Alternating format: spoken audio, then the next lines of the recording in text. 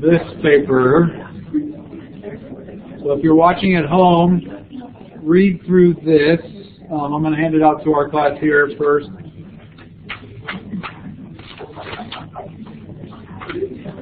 This and this. All right. So first thing I want you to do is read through this handout, both sides.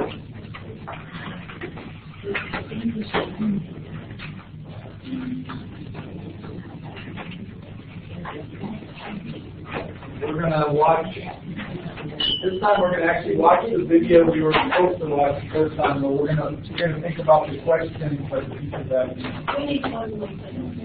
Oh, I have it.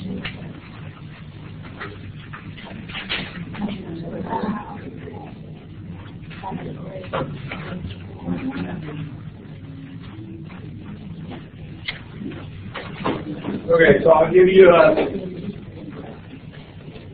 2 minutes to read through this. Take 10 minutes to read through the whole thing, front and back. I'm going to pause the recording. Actually, for those people that are at home, I'm going to zoom in so you can read this a little better. Go through it slowly. If you need to pause it at any time, just press pause and you can read what's on the page.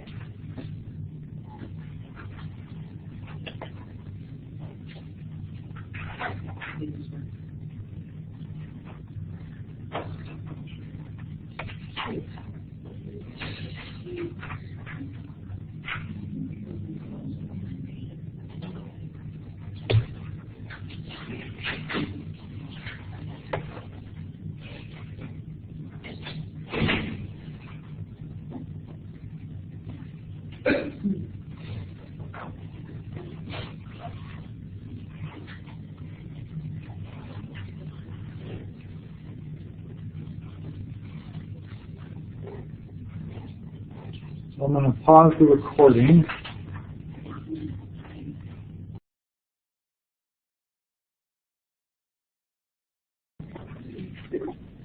Okay, so the next thing we're going to do is watch the video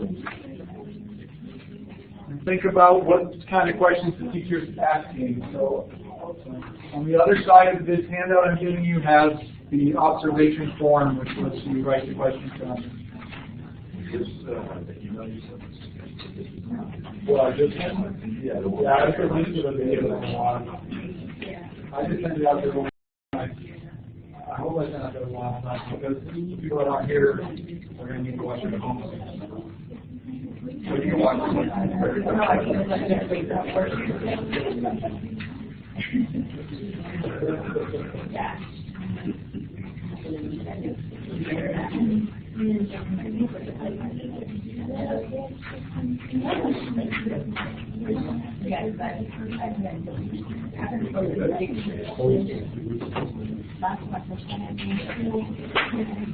Okay, so the activity says, as you watch the video segment called Identifying Question Types, we show the teacher using the candles problem, which we talked about in the last session, with her students, act as an observer by recording the questions that the teacher asks in this observation form, which is on the back, right? In the left-hand column, record the question, under question, and then to whom the question is posed, you circle it, individual. It says forget about group numbers in this one, so don't worry about the group number thing, but it is either ask an individual, a small group, or the whole group. And then in the right-hand side, circle the type of question. So you have, it's possible that a question could fit more than one of those types. So you can circle more than one. And it's possible that you guys will disagree with each other about what question types there are. that's fine. Right? So just write the questions you hear down, circle who they were asked to, and circle which question types they fit, right? The question fit. So we're going to watch the video now. So for those watching this at home, I shared the video with everyone, I believe, through my Google Drive. And so you can watch it there. For the Presidio group, we're going to turn off our microphone so you don't have to hear us. Yeah, I'm going to mute it, and then we're going to watch the video, which is the first half of the video that Dr. Kepp was kind enough to transfer from VHS to digital. Thank you very much for doing that. Okay, so I'm going to stop the recording and turn off our microphone.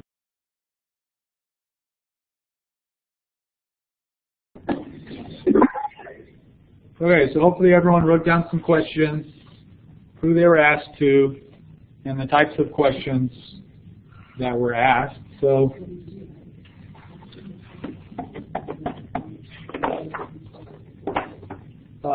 we'll do some discussion about some questions here. So I guess,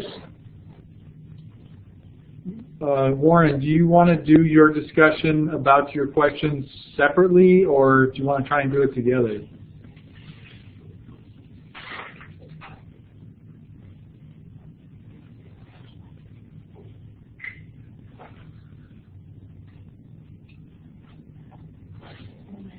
Okay, so I'm going to keep the microphone on, though, because I'm going to record what we're doing here. So I guess you might have to turn your sound off if you don't want to hear what we're talking about.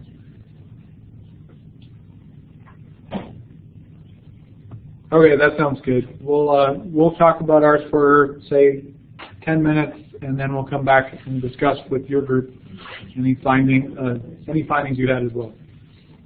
Okay, so for those watching at home, you can think about the questions that you asked as we're talking about our questions here. So I'm going to, every time someone tells me a question they heard and stuff, I'm going to repeat it for the microphone. So sorry that I'm going to repeat what you're saying. All right, so any question, so someone give me a question that they heard. What is the question asking? It's not like who's on first, right? That's the question that was asked.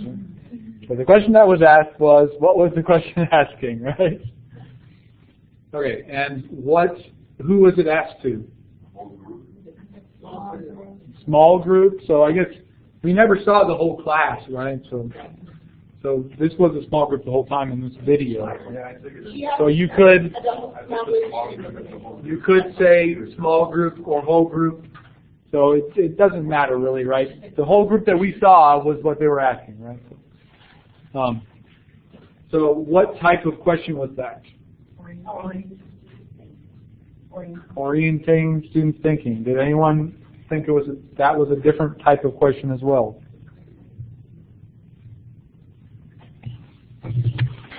So you have 5 types of questions, right? Orientating. They even give you some examples like, what's the problem asking you to find? Very similar to that question, right?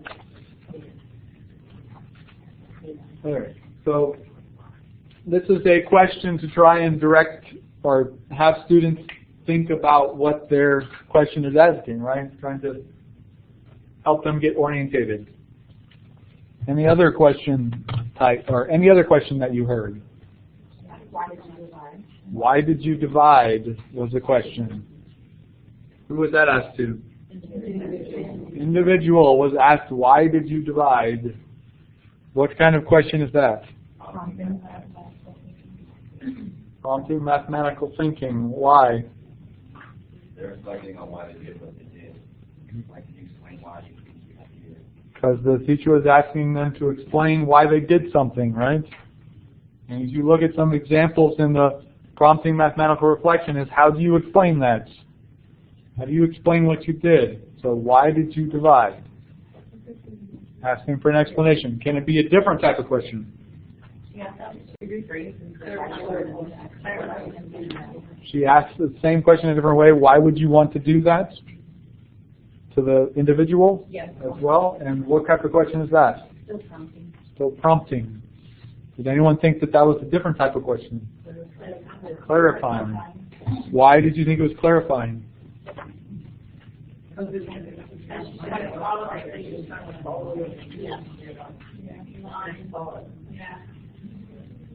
So clarifying is intended to request information from the student when the teacher isn't clear about what the student meant. So you took it that the student didn't understand why she did that rather than asking the student to think about why they did it. Why did you choose that rather than something else? Maybe understanding their thought process rather than students understanding their own thought process. Right, so there's a difference there, right? So clarifying is the teacher trying to understand the student's thinking. Prompting mathematical reflection is the teacher trying to get the student to think about their own thinking, right? There's two different types of questions that could sound very similar, right? So some people thought the teacher didn't understand what the student was saying or trying to explain, so she was trying to understand what the student was thinking. Some people thought the teacher was trying to get the students to understand what they were thinking. Could be both, too, right? Yeah.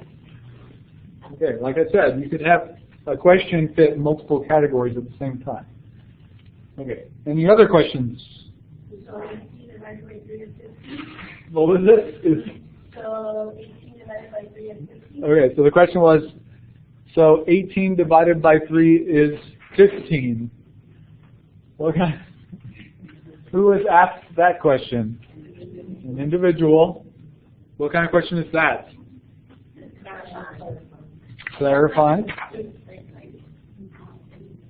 So it could be, again, clarifying, but it could be prompting mathematical reflection, you said? Because do you think that the teacher understood what the student was doing in that question?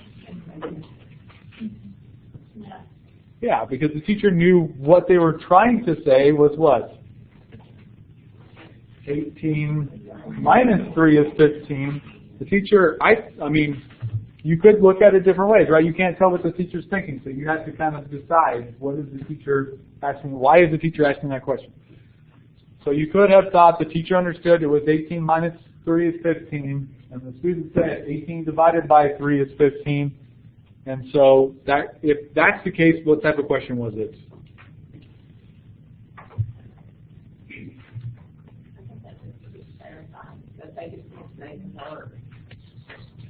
Clarifying could be. It could be what? What type of question could it be on top of that? Could be mathematical reflection. It could be what? Which example fits closest to that question on the right side? What? Prompting algebraic thinking. How did you get 2?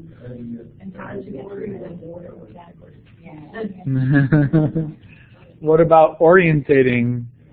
The middle question, if you have a number and increases by 3, what do you get? So emphasizing error. So it really could fit into a bunch of, that same question could fit into a bunch of the categories at the same time, right? And what the teacher was targeting with that question could have been different and still asking the same question, right? And it depends on where she went with that, right? Any other questions that you heard? What was that? Who's right was the question, right? Who was that asked to? A small, so we could say a small group, right? So if you considered the table the whole group, 2 students were asked that question, so it would be a small group in that whole table, right? Either way, it's a small group of the students. What kind of question is that?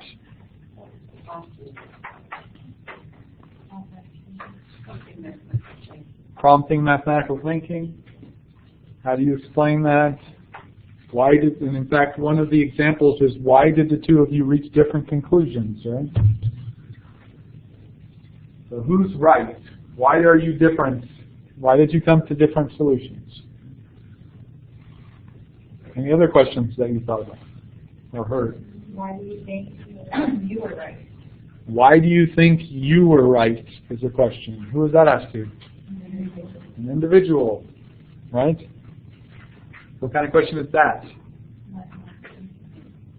Prompting prompting algebraic thinking. Why do you think you're right? Okay. Anyone think it was a different type of question?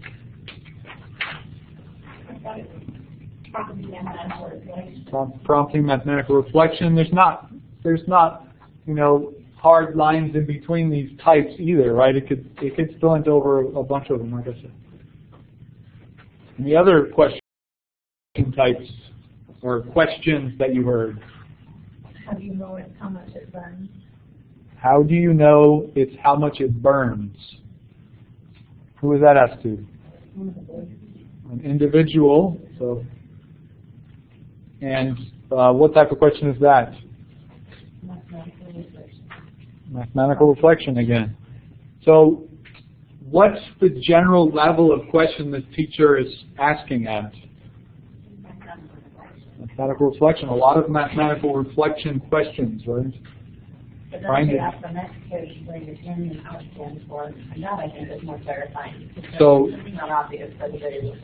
Exactly. So another question was, what does your, I couldn't hear what it says, what is your N and in? Oh, in and out was what you said. I thought you said N. I thought you said N-L. I thought you said N and L. I thought in and out. Okay. So, but the teacher asked the student what the two parts of the table meant, right? And so, who was that asked to? An individual. And what kind of question is that? And you just mentioned it was clarifying because, like you said, if it was in and out, or even if it was N and L, it doesn't really, it's not clear just from the choice of variables, the names of the variables, what they mean, right? So the teacher, even though the teacher might know what the student meant by what the numbers were in the table, they were trying to clarify that the student actually meant what it was supposed to mean, right? Okay, so let's discuss with the Presidio group.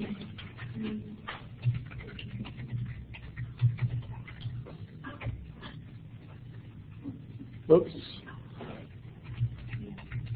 I missed two letters in results. I wrote results, whatever that is. Okay, so I clarified by my next post. It's not like the noun, no, like when you said earlier. I guess, yeah, rope is not a word, probably. Maybe. I've never heard of that word. Okay, so we asked here, what was the general level? So, which of the types of questions were hit by this teacher? Of the 5 types? Did you write down?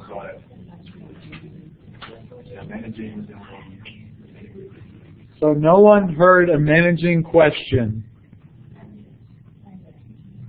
Did anyone hear a managing question?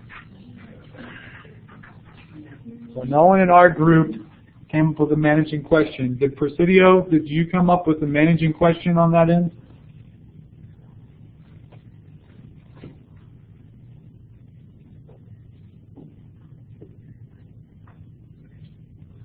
Dr. Kep is writing.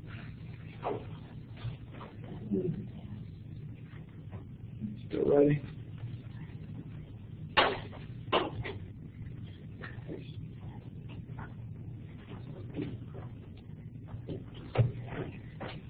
Perhaps at the beginning, what's the problem asking to get them on task and orientated?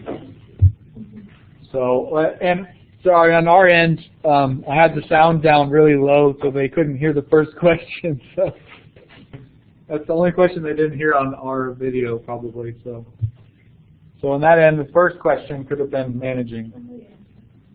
And so on this end, we asked, what was the general level of questions? And our group said prompting mathematical reflection was the general level. What did your group find out in Presidio what the general level of question was?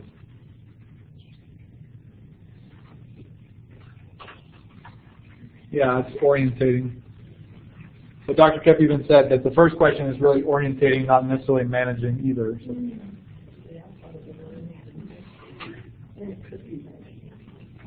But like I said, you can spill into multiple categories, really. You can ask an orientating question to manage the class, right? So,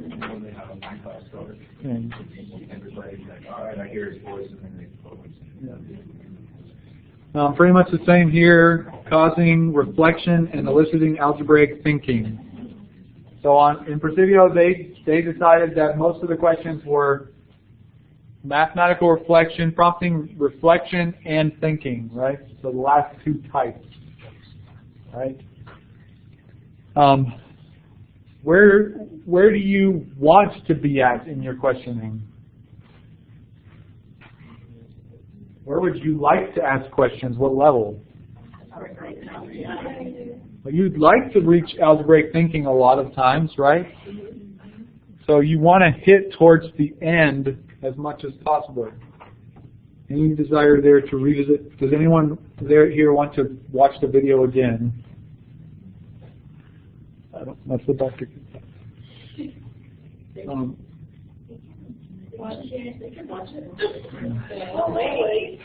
The general consensus on this end is it doesn't seem like it.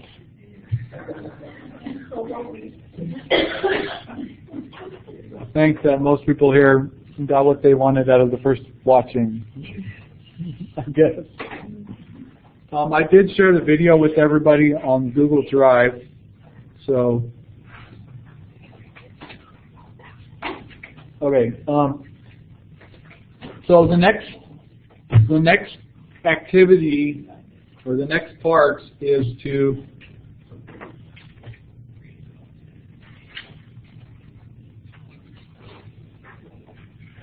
I guess we can think about these questions. I didn't. The discussion on the video. Did you see examples of questions that elicited algebraic thinking or prompted mathematical thinking? Yes, we already talked about that. Did you and I guess you were supposed to talk in partners. That's fine. Did anyone disagree about the classification of a particular question? Did any of you disagree with someone's classification and you thought it was wrong? That you thought it should be only in another category? No, I don't think we had that on our end. Okay. The teacher's perception of how students are thinking at the moment often prompts her to ask particular questions. Use examples in the video of the teacher doing this.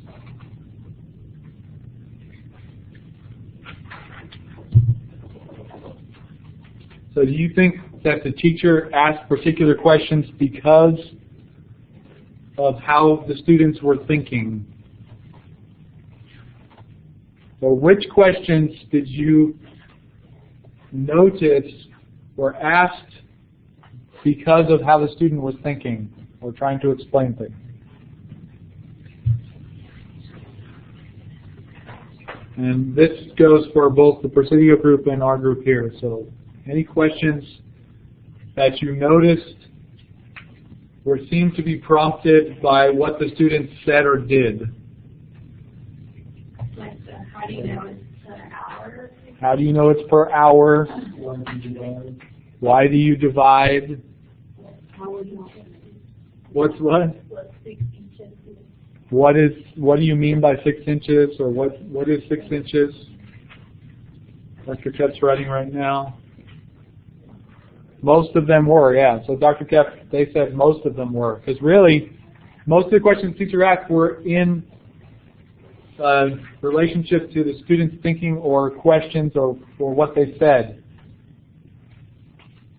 So a lot of, you can ask questions, specific questions that have nothing to do with what your students are saying, right? So this teacher was actually tailoring the questions to the students, right?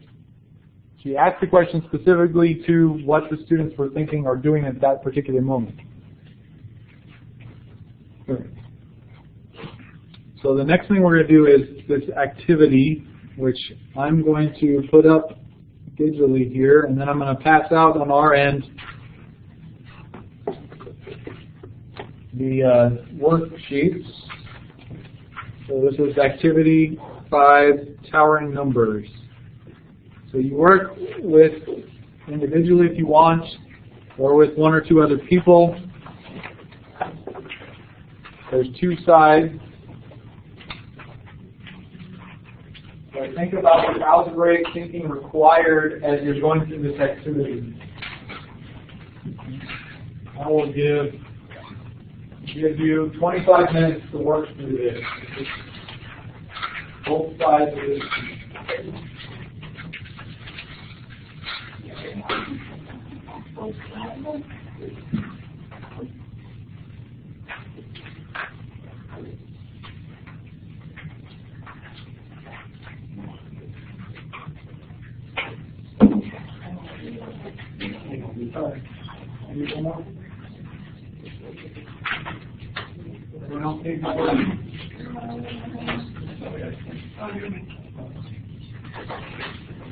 I have extras of all these if you want more of any of them. So. Okay, so 25 minutes. I'm going to start a timer. I'm going to, if you're watching this at home,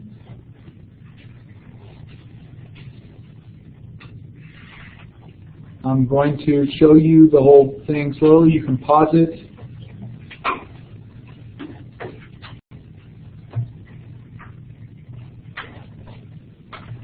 So here is the activity. You can pause it at any point. So you can read the part that you're on. And I'll zoom in a little bit.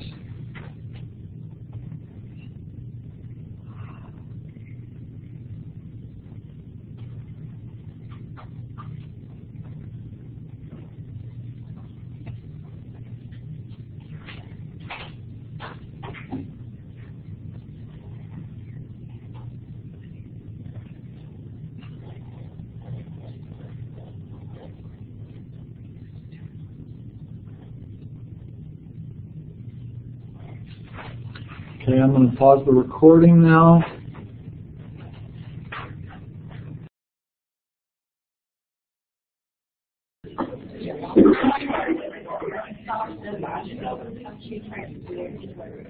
We're going to come back and discuss. So, first thing we're going to look at is the results.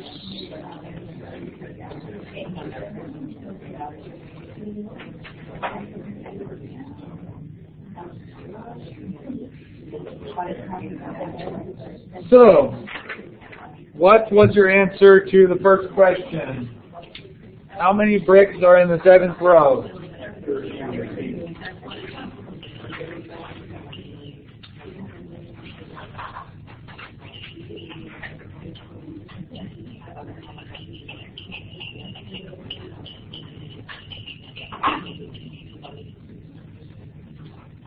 How many bricks are in the 8th and 9th rows?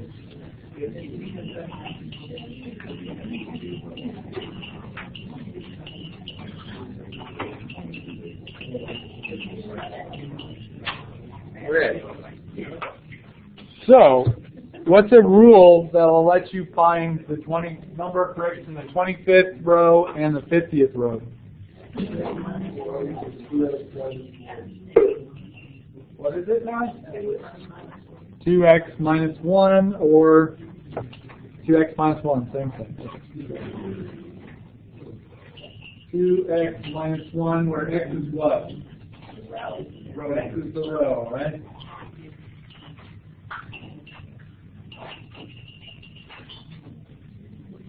So if you take the row you're in, take 2 times that row number minus 1, you get the number of bricks in that row, right? Does anyone get a different type of formula than that? No? Question 2, how many bricks are needed to build the entire tower on the previous page?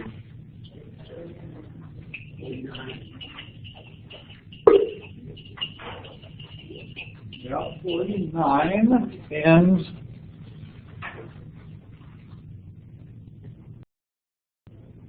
x minus 1 plus x minus 1.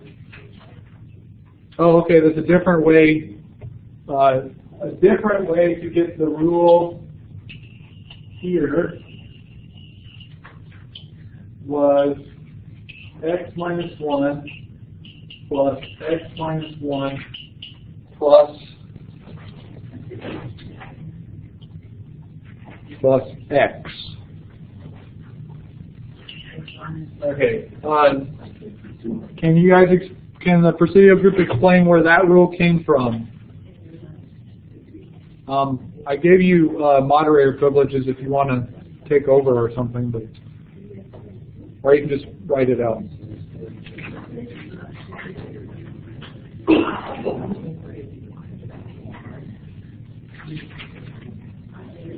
So they came up with a different way. Hang on, I may have misunderstood. Okay.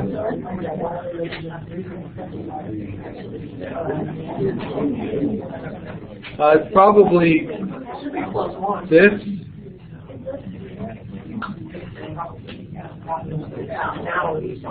Right. Well, this is another way to get it. Right, because if you look at each row, you twice have the number of the row minus 1 on both sides of the middle brick, and if you have the middle brick,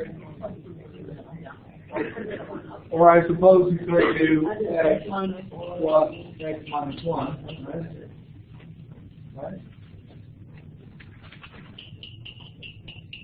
So different ways to get to that formula. Then.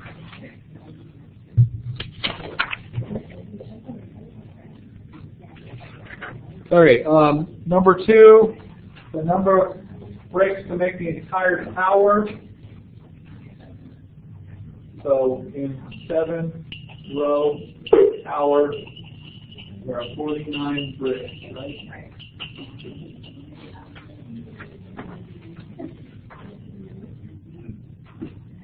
Okay, yeah, that's what I figured it was a typo. Okay, how many bricks are needed to build the tower with one more row? So 8 rows.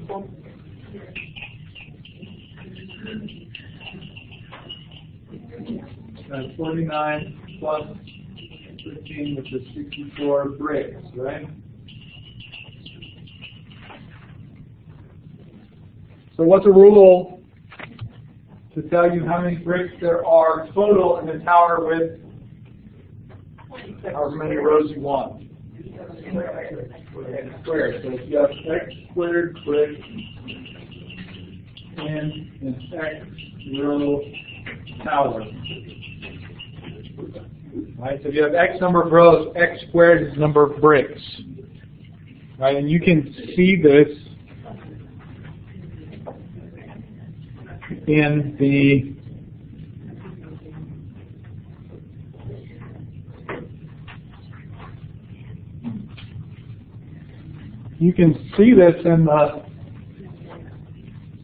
what I'm using on that one. I think I can do this here.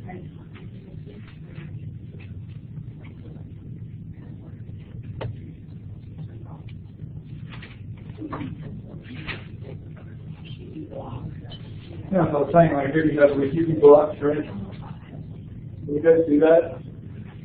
Not that I could just hold it up for you. Right. This is a 7-row tower, right? How can you see that 7 squared is you can remove the bricks and just adjust. Right?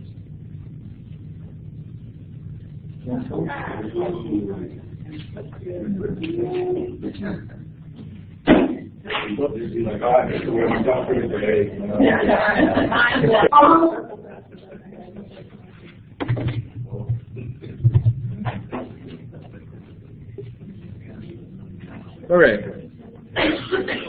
So the last questions were. Oh, I don't know if I shared it. Let's see.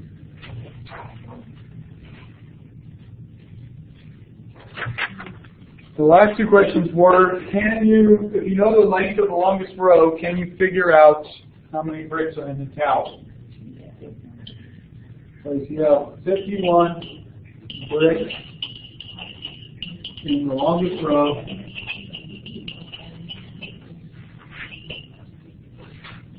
how many in the whole tower?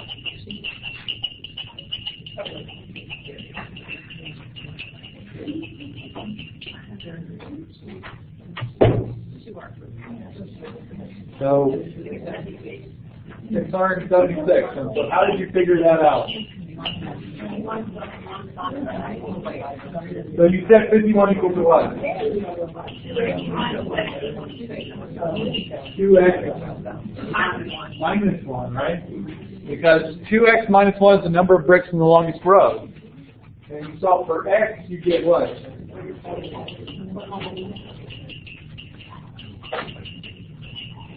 And that means you have 26 rows, right? And so if you have 26 rows, you just gave a formula, square it to get the total number of bricks, right?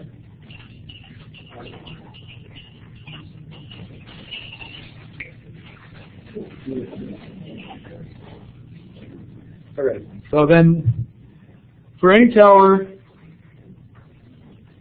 give me a formula. So if I have x number of rows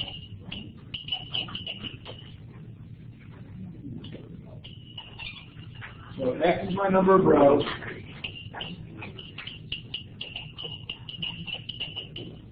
and say m is the number of bricks in the longest row,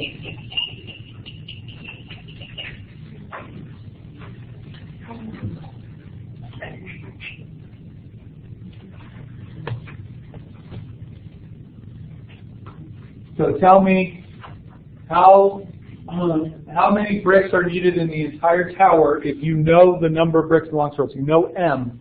So I need a formula for the number of total bricks in terms of m. M plus 1 divided by 2 squared, right?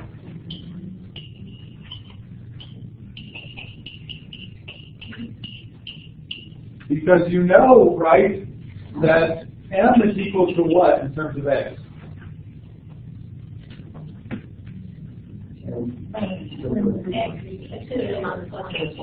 X minus 1, right? So if you solve for x, you get that 2x equals m plus 1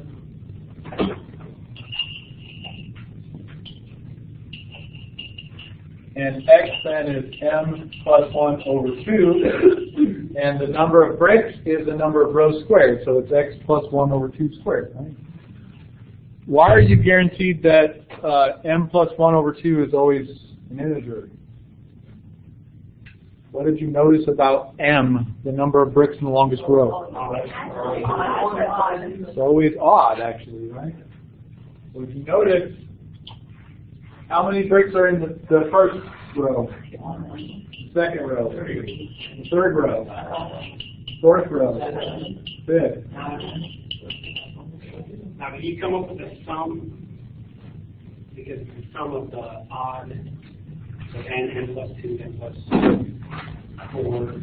So you have, so you want to write it as a sigma notation, as a sum? So you write the sum from, say, k equals 0 to, and I guess we were writing x, not usually written that way, somewhere right n.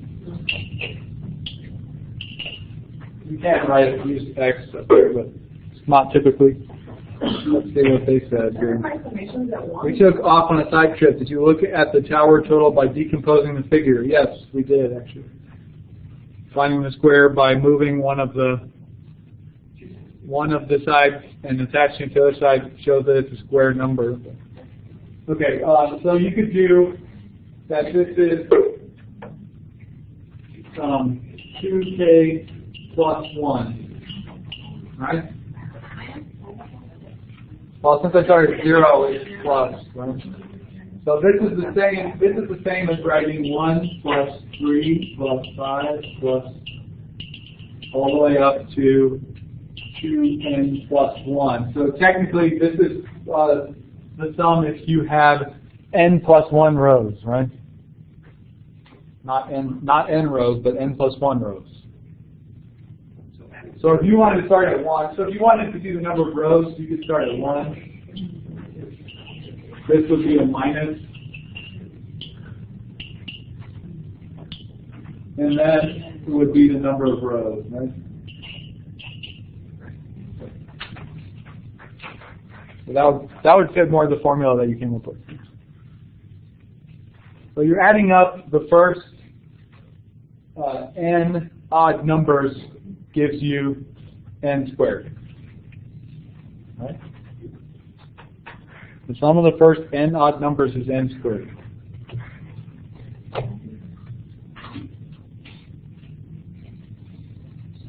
Okay. So and if we look at the, let's see, the questions again. So we got our answers. We probably already answered the questions. Let me make sure I'm recording here. Yes, I'm talking. Okay, so the questions, discussion of tower. So question 2 is, in what different ways did members of the group convince themselves that they had a rule that worked? So we already came through a couple of ways, right? Someone did x minus 1 plus x minus 1 plus 1. What other ways did you convince yourself that you had a correct rule? So I showed you on the squared one, you could move the tower so that it becomes a square, right?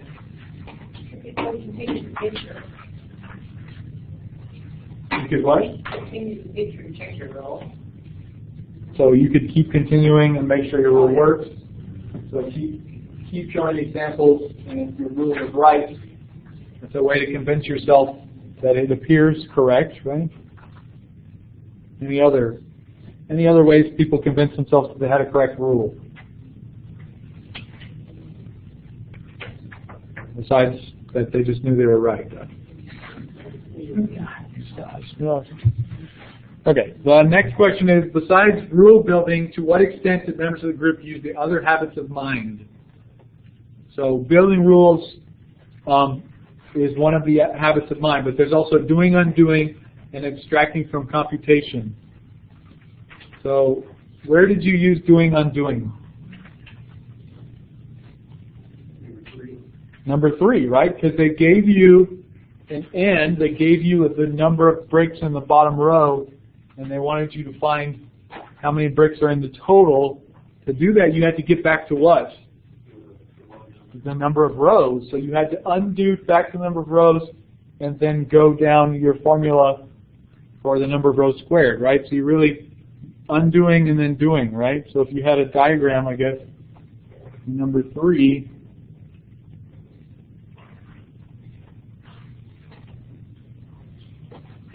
number 3, you're really going from the number in the longest row,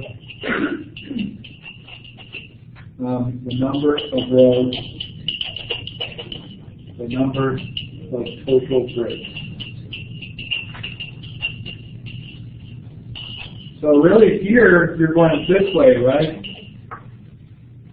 You have to get back to the number of rows before you can get the total number of bricks. That's one way that people figured out a rule for part 3, right?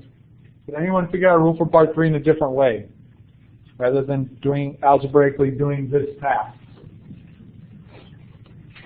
But that's what we did, right? We said the longest row equal to what we knew it was equal to, which is 2 times the number of rows minus 1, and solve for the number of rows, and then squared that, right? So that's really what we did.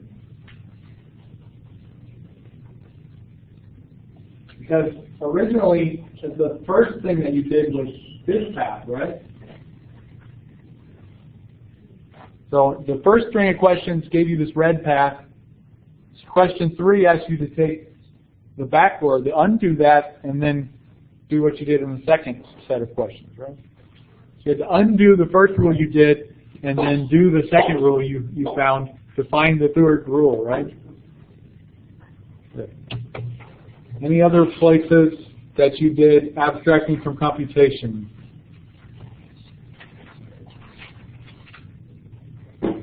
So we did doing undoing. You already mentioned the third string of questions, or the third problem. You really had 3 problems with multiple parts in each problem, right? Where did you do abstracting from computation? Or did anyone do abstracting from computation? How did you come up with your first rule? How did you decide that the number of bricks in the next row, or the number of bricks in the nth or x row, was 2x minus 1? So that's abstraction from computation, right? You built a table, you figured out a rule from the table, right? Abstraction from computation, right? But that's abstracting from computation, right? You see a pattern? The x, yeah, and so that's what I was trying to get at as well. Dr. Kep said again that x minus 1 plus x minus 1 plus 1, you get that rule by abstracting from the computation. If you look at the tower, even just the tower you're given to start with, you can already see that happening. That you have twice 1 less than the row number plus the middle brick, right? Or the number of bricks equal to the number of rows plus another set with 1 less. However you want to think. That's an abstracting from computation. You see a pattern, you write down a rule. That's abstracting from computation. So that's that thought process that you were going to see. Okay, so any other comments from anybody here or the Presidio group that you want to mention about the algebraic thinking you had in this problem?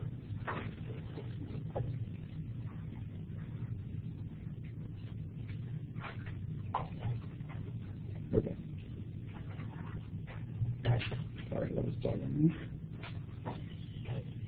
So the next thing that we're going to do is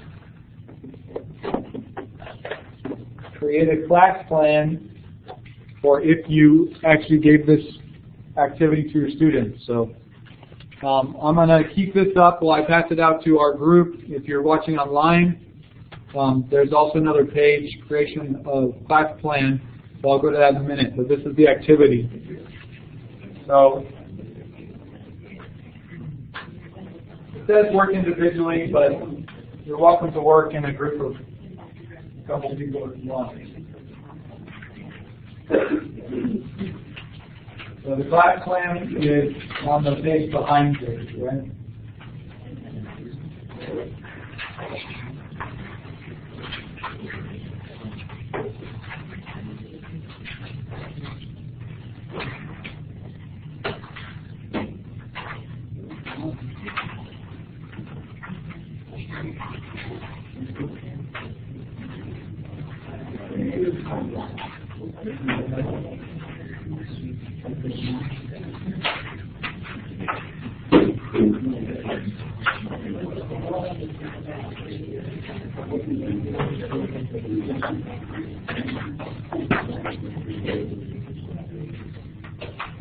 So if you turn on the back, that's creating your class plan. So answering those 4 questions. So here,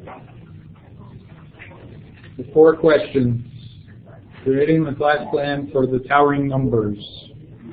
So if you're watching at home, I'm going to keep this up. I'm going to pause the recording right now.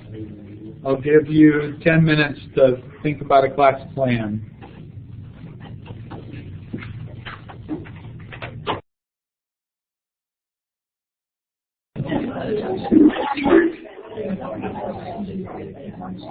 Okay, so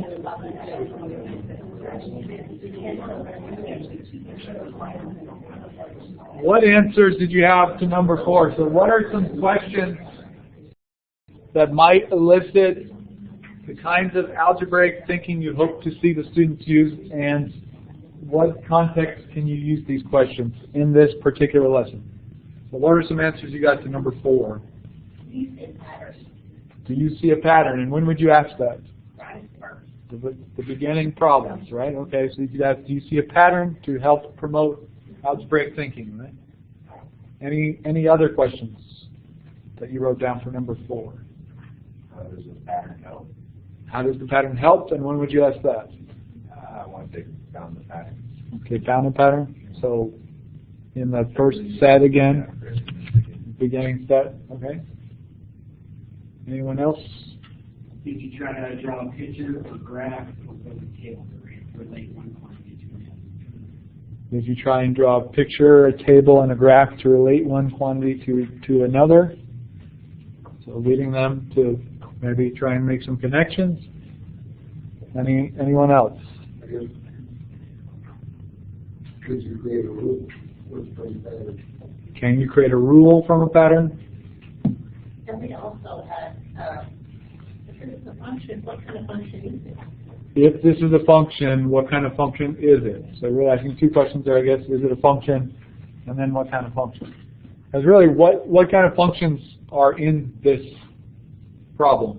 A linear function and a quadratic function, right? That's the rules you came up with, were a linear function and a quadratic. And then you found the inverse of the linear function, right? So, And we also asked, are they talking about different types? What's similar and different about the 2 different questions? So they had to look if there was any similarity or any difference in what they were looking for. so asking them what similarities or differences in the different questions were there. Okay. Anyone else? My final question was, how can you prove this rule will always work? How can you prove this rule will always work? Okay. That's good. Which I kind of asked you guys, and no one really answered me. So.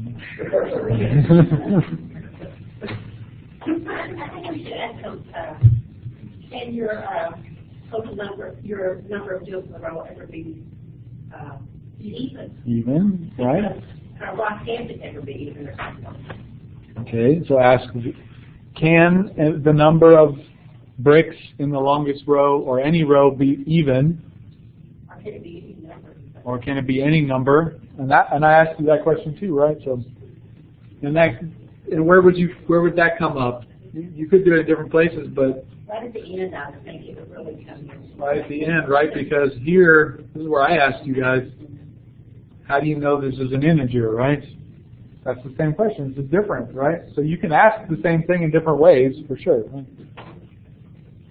The only way that this can be a whole number is if m is odd, always, right? And that's what your answer was to me, that m was always odd.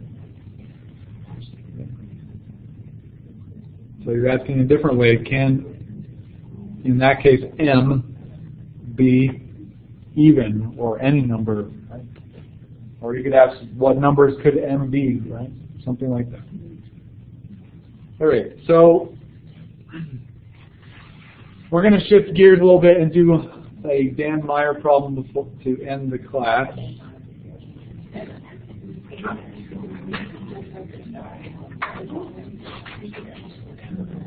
Okay, so if you're watching online, so for the Presidio group, I'm going to pause. I'm going to turn off my sound in a minute. But if you're watching this at home, make sure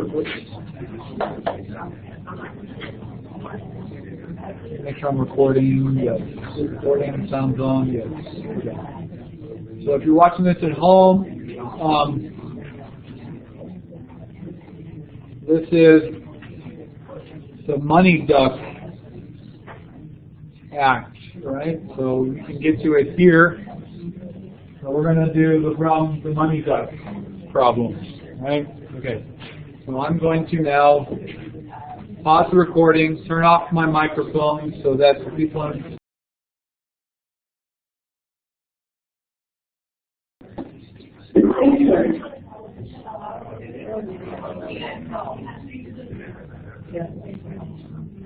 So,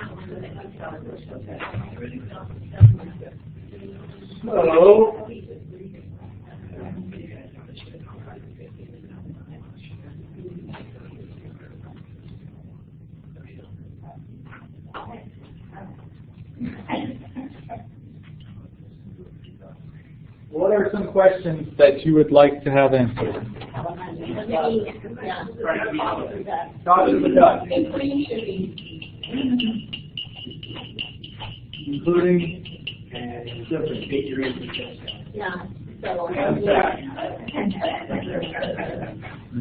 how many ducks did you have to buy in order to get one of those?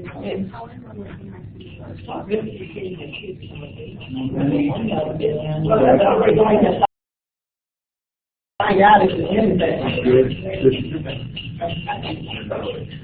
Okay, and someone already answered that 6, right? I mean, is the hamburger duck? 6. Okay. Well, I didn't know if they. What is the ratio of the various denominations? I just what Presidio asked. What is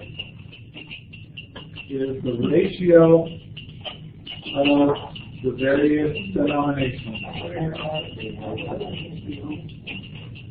Better really $1. Better with $50. Was it real money?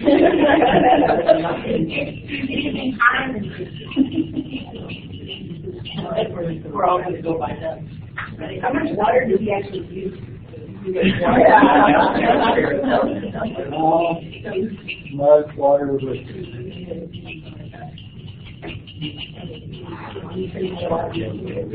I would probably just let it go to water. Okay, so we can think. Yeah, there you go. So there's two main questions, right? You have how much do they cost, everything included, shipping and tax and everything, right? But she had a good question. Is like, What? I mean, if you buy 10 ducks, then less shipping is lost. That's not Okay. Where you buy it on Amazon Prime. Yeah. Shipping. I mean, that is. Because that is.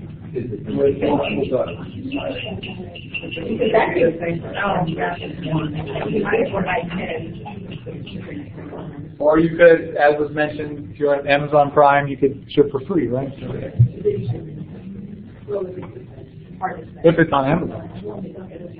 Okay, so another question. Is the choice of duck sent to you truly random?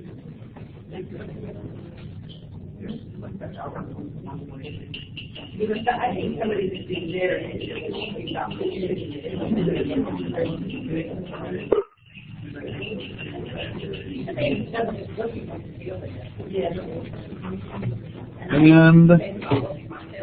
and it is on Amazon, just checked. So Teresa Bryant checked that it is on Amazon.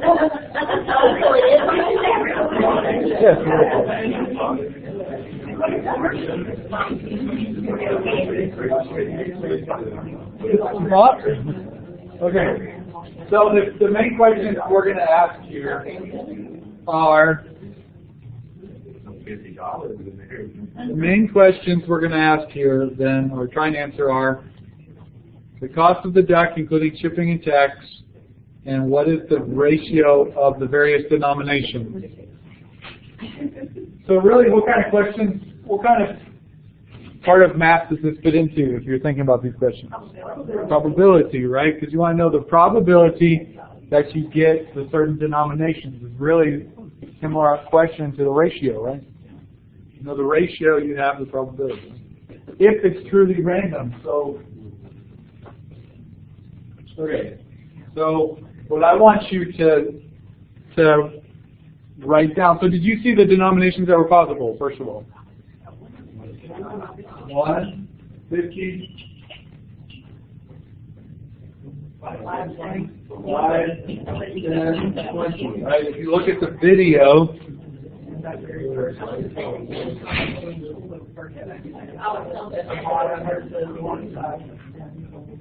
Oh, it's got it on there. Yeah, it's on the package.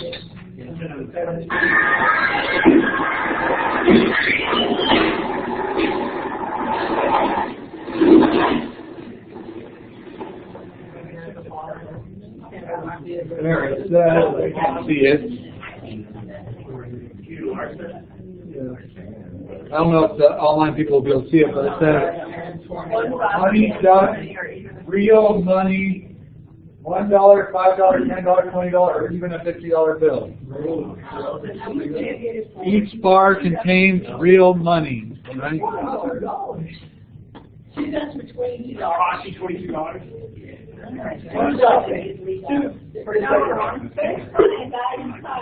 We can see it, but ESC 18 Internet blocks Amazon. Okay. That's fine. I didn't really want people to look up how much it costs already. But. Okay, but some people already did, so we might as well go with that since we already have that information now. I mean, it's very, it depends on what the seller you So someone give me an example. So $11 a piece.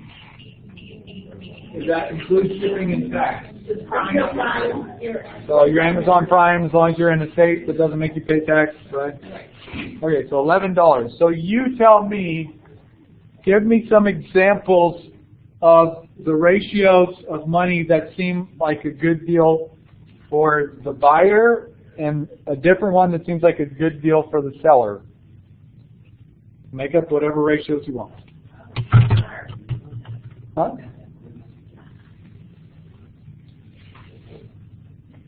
So think about, if it costs you $11 per duck, what would be a ratio of the money inside the duck that would be a good deal for the buyer? And what's another different one that would be a good deal for the seller, right?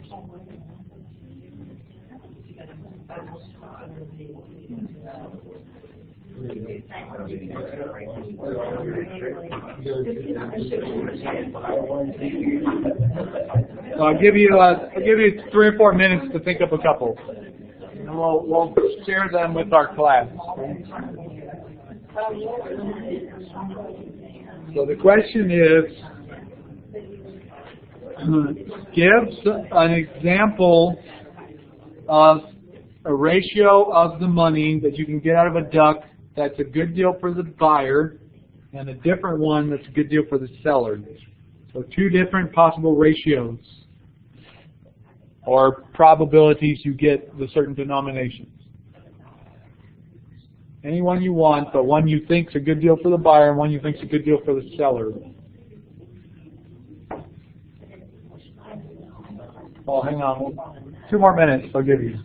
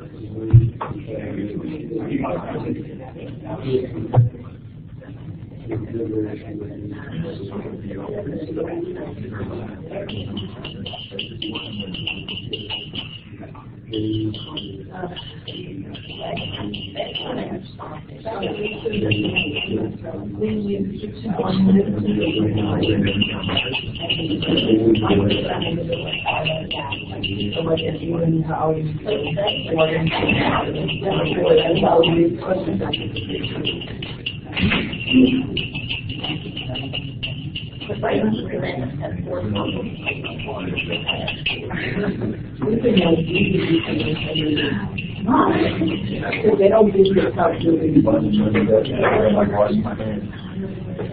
don't have the restriction. In fact, they wouldn't give a damn liar either. You actually have to, and they wouldn't give it.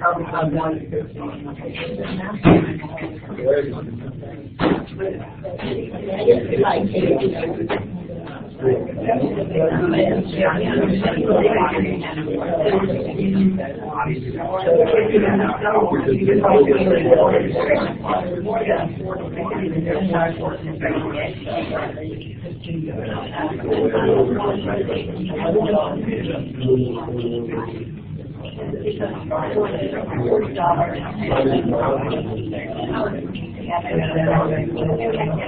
we need to go into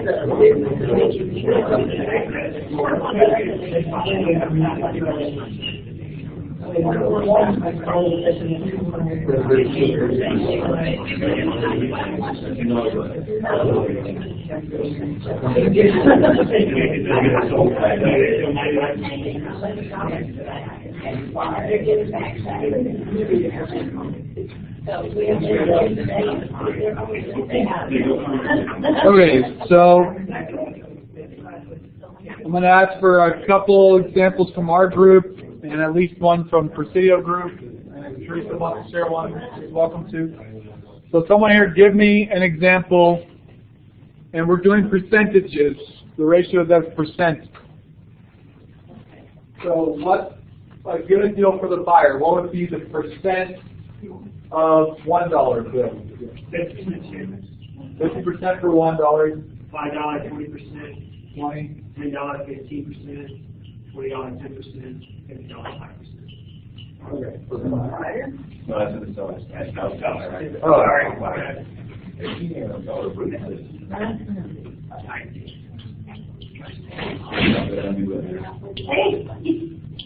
That's for the seller. So 50, 20, 15, 10, and 5?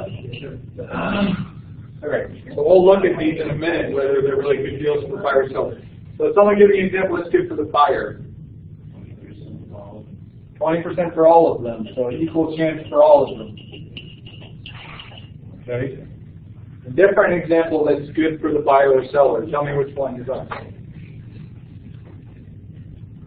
And also from Presidio. These are only percentages. So you can convert your ratios to percentages. What? For seller would be what? 96% 96% and 1% on all of the bigger denominations. Okay. What about another one for the buyer? The other way around. So 1, 96%. Okay, so does Presidio have an answer that?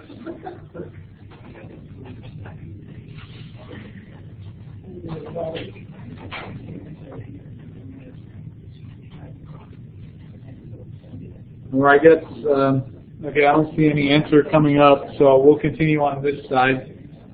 So the question is, how can you tell, for example, the first one here, how can you tell if this is a good deal for the buyer?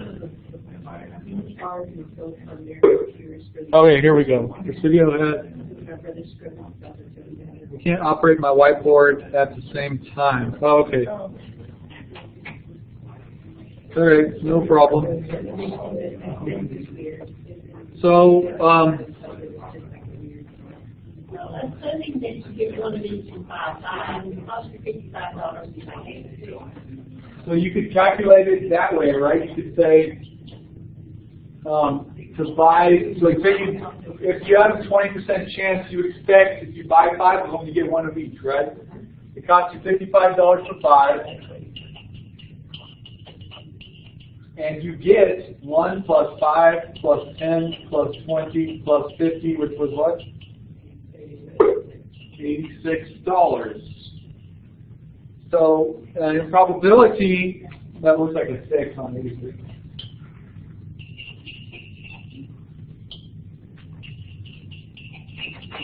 In probability, what you're really doing there is you're calculating what? The expected value, exactly.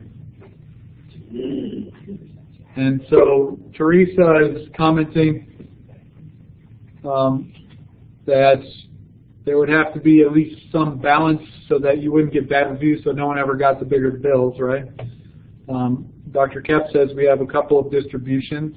You can share them, Warren, you can share them by just typing in the 5 numbers, and I'll assume that the first one you typed in is percentage for $1, second for 5, third for 10, and so on. If you want to share, just tell me buyer or seller. Oops. Not me to do that. Okay. So you're really calculating expected value here, right? Because what is expected value? Do you remember how to calculate expected value?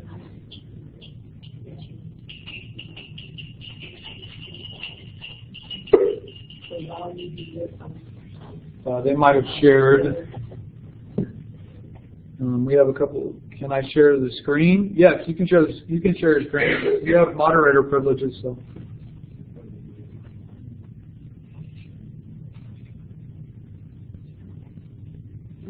The reason I saw that it actually had the reviews is because people were just excited that their kids were washing their hands. And one said that their grandson wanted to go take a 4-hour shower after reading the bar of soap. And that's a good thing? Okay, that's fine. So here we go. So it was mentioned that there was good reviews on Amazon, thinking that it's possible. That meant that there was a decent amount of bigger bills, but then it was found out. And it was noted that no one had actually received anything larger than a $1 bill. So that was interesting. Okay, I don't know how to Our government reported, I think, it's unpause. where they just got $1. Try it again, Warren, and see if it says something. Pay, I guess, $10 for your kid to wash their hands. I think you would rather just give them a $10 bill than just watch them wash their hands. Watch their hands. Give you a quarter every time you wash their hands. Make your own phone. That's what she said her aunt did. Is that, and she put coins in. Okay, so expected value. So how do you calculate expected value? Probability of getting the value times the value that you'll get. Probability of getting the value times the value, right? So you have $1 times the probability of $1. Well, if it's equal, it's 1/5 or 20% plus 5 times 1/5 plus 10 times 1/5 plus 20 times 1/5 plus 50 times 1/5 is 86/1/5, which is what? Bigger than 11, right? So you expect to get bigger than 11 or more than $11 on average per bar of soap if you have this expectation up here, 20, 20, 20, 20, right? So what is the expected value of this, which was claimed to be a good deal for the seller? So the good deal for the seller should be, the expected value should be what? Less than $11, right? What is the expected value here?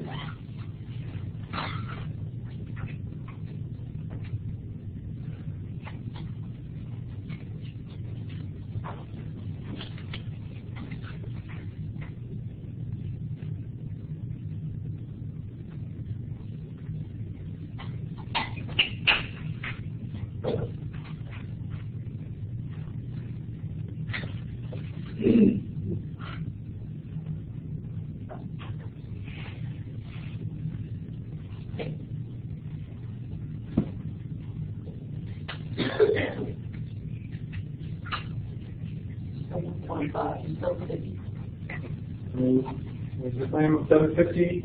Anyone get a different value?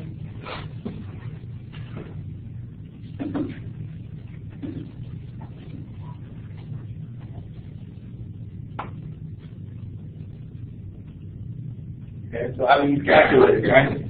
So we had 5, 50, 20, 15, 10, and 5, right? The expected value of that, you have $1 times 50%, which is a half, plus $5 times 20%, which is a fifth, plus $10 times 15%, which is what? So I guess 15 over 100. I don't know. Simplify it. 3/10. Yeah. Okay. And then plus 20 times 110 plus 50 times 128. And that begins 750. So is that a good deal for the seller? Yeah, because they expect to only cost them $7.50 per bar and then charging you $11. So their potential profit minus all of their other expenses would be the difference between 11 and 750, right? So 350. So if they can make, package, distribute the bar for less than 350, they're making money, right? Except if you're not paying shipping, they are. That's what I'm saying. They have distribute and everything for less than 350, then they're making that much money. Okay. And then the other two examples are pretty extreme, right? So you can calculate the expected value of those. I'm sure the one is very good for the seller and the one is very bad for the seller, right? So my question is then, the last question before we end is, so if it's $11 per duck, give a ratio where the seller, on average, makes $5 per duck. Okay. Give me a ratio of denominations, whatever you want, so that you expect the seller to make $5 per duck. Sells it for 11.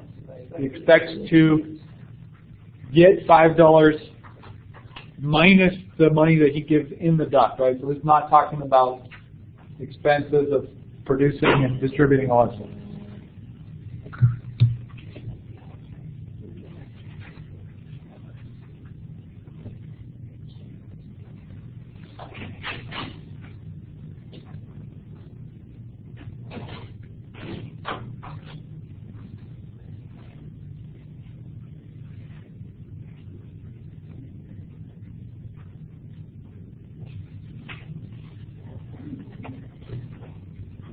If you're watching this at home, and if you're watching at home, email me your solutions or some kind of summary of your solutions to the different activities that we've been doing today.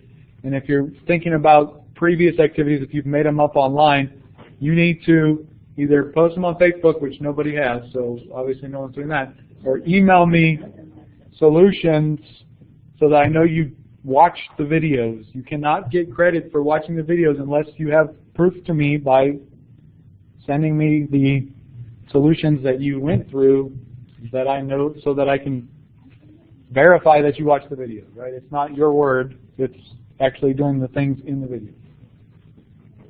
Some people have already sent them in, so.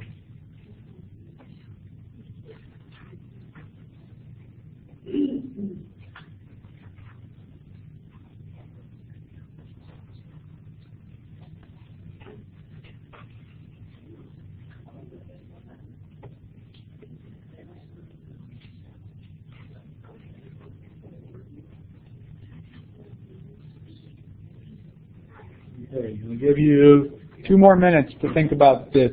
Try, and you can talk to the people at your table, it's fine.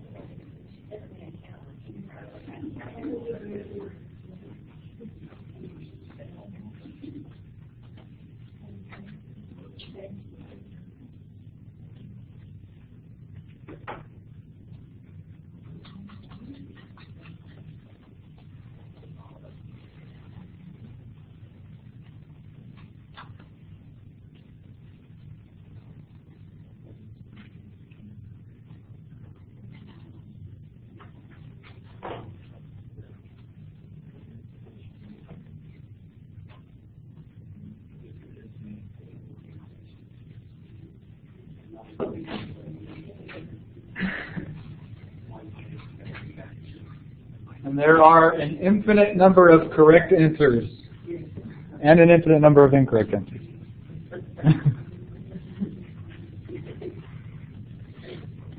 There's not one correct answer. There's actually an infinite number of correct answers.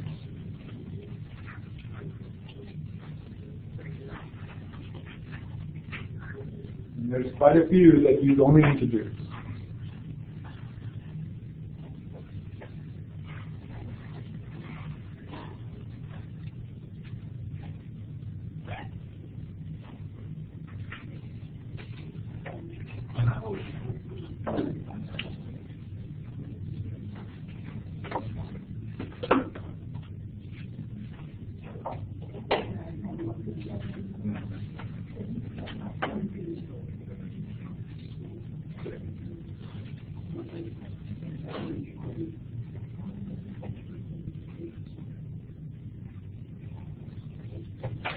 Okay. So anyone have the ratio? 80% on the $1 and then 5 on everything else. So 80 and 5. And we can calculate. So what do you want the expected value to be if you're going to make $5 just minus the money you put inside the duck? You want the expected value to be what? 6. 6. Because 6 plus 5 is 11, right? So what is the expected value here? 5.05. Oh, so it's not 6? No, I was thinking you wanted 5. Okay, so you can calculate, so it's almost 10, so it's 80, so 1 over, so 80 over 100, or 1 times 0.8, plus 5 times 0.05, plus 10 times 0.05, plus 20 times 0.05, plus 50 times 0.05, which you said is what, 5.1? 5.05. 5.05. So that's somewhat close, but you're making, you know, actually $5.95 off of these ducks, right? Not $5. Anyone else have a distribution?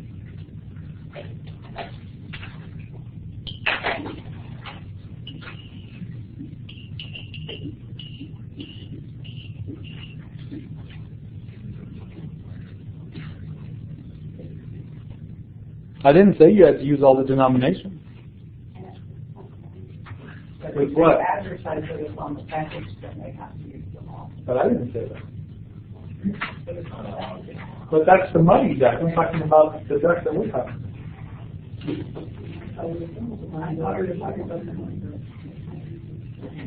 So okay.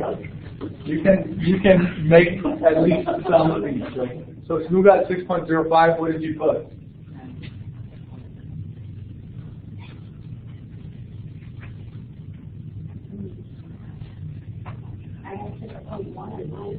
What did you put?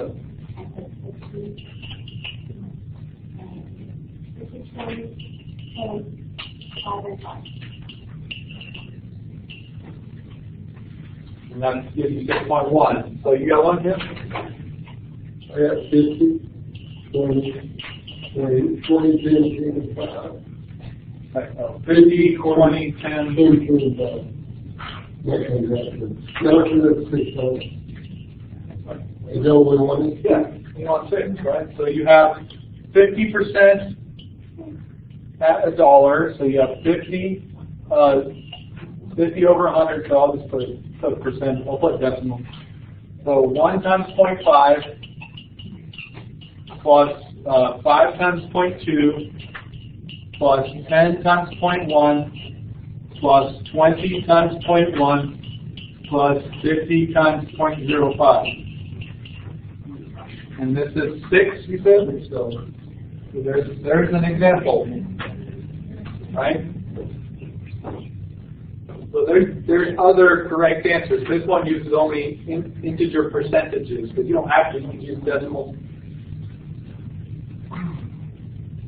Right? I got 7. 7 on that? So that's half, 1, 2, 3, 4.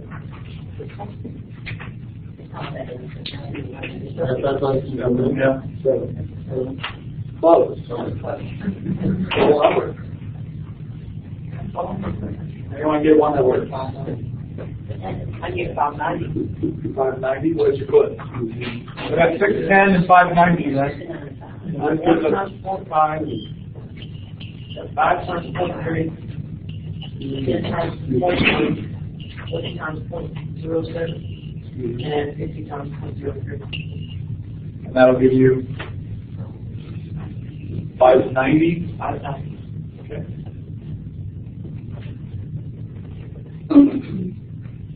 So you could borrow, right? So you're saying, so here we have, let me erase one of this.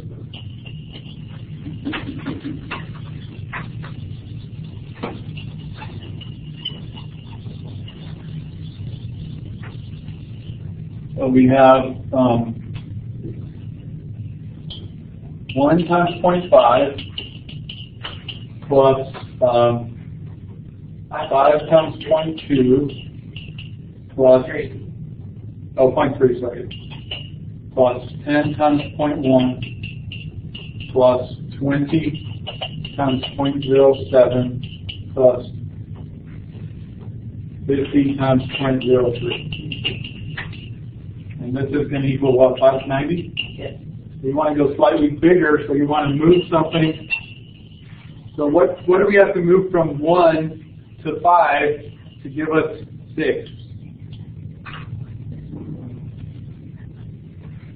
So if we move something from 1 to 5, percentage-wise, everything we move, we gain 4, right? We gain 4 times that. So if we want to add 10 cents, right, we want to move, maybe if we move 0.025,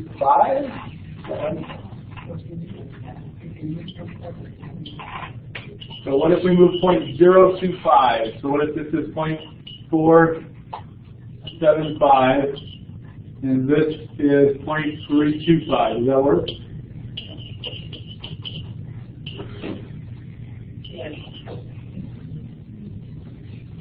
Right? Because if I move 0.025 over, I added 4 times 0.025, which is 0.1, so I moved 590 up to 6.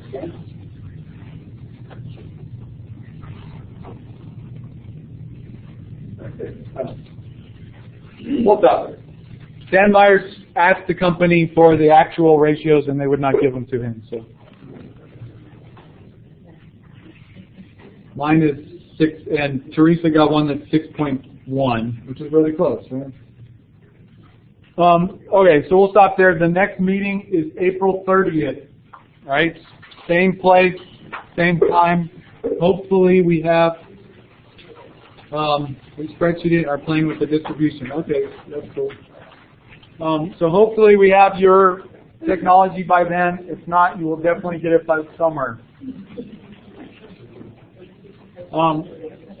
We are also recruiting for middle school and elementary school grants. So I'm probably going to send a link out to you so you can share it with any of your friends who are teaching middle school or elementary school math.